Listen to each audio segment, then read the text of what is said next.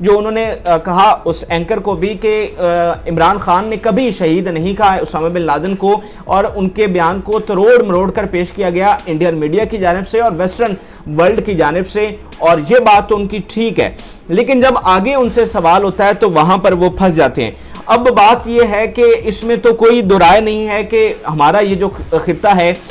پاکستان میں اور افغانستان میں بہت سے لوگ ہیں جو اسامہ بن لادن کو شہید مانتے ہیں۔ اگر آپ کریٹیکلی تھوڑا ریویو کریں اور چیزوں کو دیکھیں تو یہاں پر لوگ ہیں جن کے امریکن کے خلاف، بلکہ امریکنز کے خلاف تو یہاں پر بہت زیادہ سینٹیمنٹس ہیں پاکستان میں بھی۔ امریکن کو یہ جو اسلامی دنیا ہے اس میں بگاڑ کا سبب مانا جاتا ہے، اور ان کے خلاف بہت زیادہ پاکستان میں جذبات ہیں، اور امریکہ کو بہت بڑا دشمن لوگ تسلیم کرتے ہیں، اور یہ ہماری ہسٹری ہے، اور اس میں کوئی دو رائے نہیں ہے کہ یہاں پر بھی لوگ جو ہیں وہ اسامہ بن لادن کو شہید مانتے ہیں، اور اس کی وجہ یہی ہے کہ جس طرح سے اسامہ بن لادن کو مارا گیا، دیکھیں ہمیشہ ایسا ہوتا ہے کہ اب جو لوگ کشمیر میں آزادی کے لیے لڑ رہے ہیں، پاکستان انہیں فریڈم فائٹر کہتا ہے اور امریکہ جو ہے وہ انہیں دہشت گرد کہتا ہے۔ جو اسرائیل میں جو فلسطینی ہیں وہ اپنی آزادی کے لیے جنگ لڑ رہے ہیں، تو اسلامی جو دنیا ہے جو ان کی حمایت کرتی ہے وہ انہیں فریڈم فائٹر کہتی ہے۔ اسرائیل اور ویسٹرن میڈیا، انڈین میڈیا انہیں جو ہے وہ دہشت گرد کہتا ہے۔ اسی طرح سے چونکہ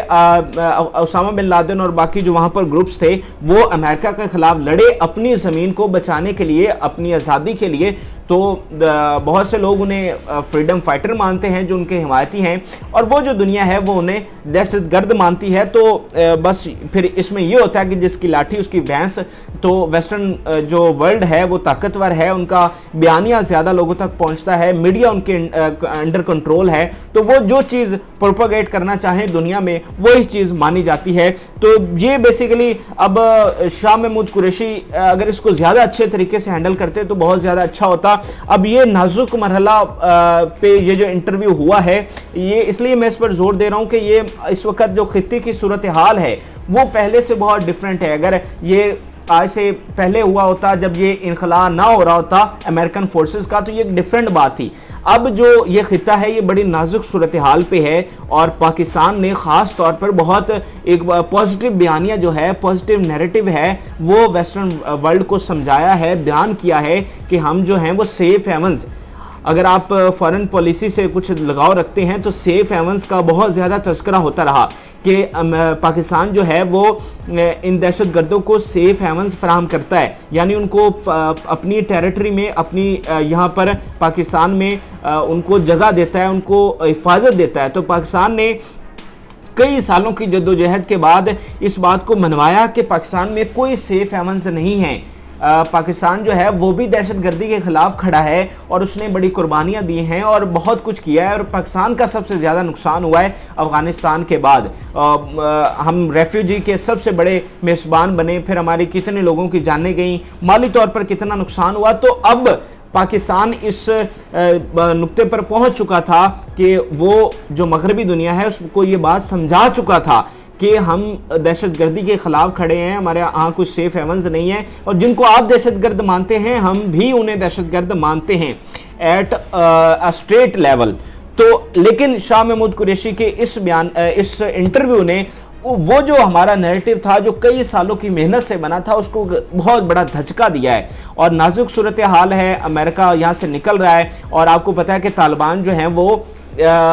بہت سارے علاقوں کو وہاں پر فتح کر چکے ہیں، کابل کی جانب بڑھ رہے ہیں۔ تو ایسے میں شاہ محمود قریشی کا یہ انٹرویو اب اس چیز کو زیادہ بڑھاوا دے گا کہ جو پاکستان ہے وہ وہاں پہ طالبان کی حمایت کر رہا ہے، کیونکہ پاکستان جو ہے وہ اس طرح کے نیٹ ورکس کو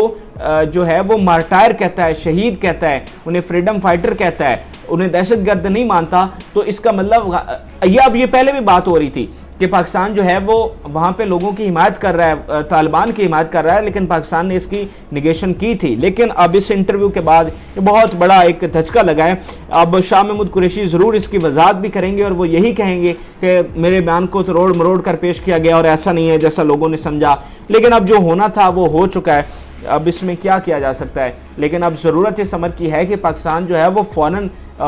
جو پاکستان کا فارن آفس ہے, جو ہماری فارن پالیسی ہے, وہ زیادہ اچھے طریقے سے دنیا کو سمجھائی جائے کہ ہم دہشت گردی کے خلاف کھڑے ہیں اور ہم نے بہت زیادہ قربانیاں دی ہیں اور ہم افغانستان میں امن چاہتے ہیں. اجازت دیجیے, اللہ حافظ.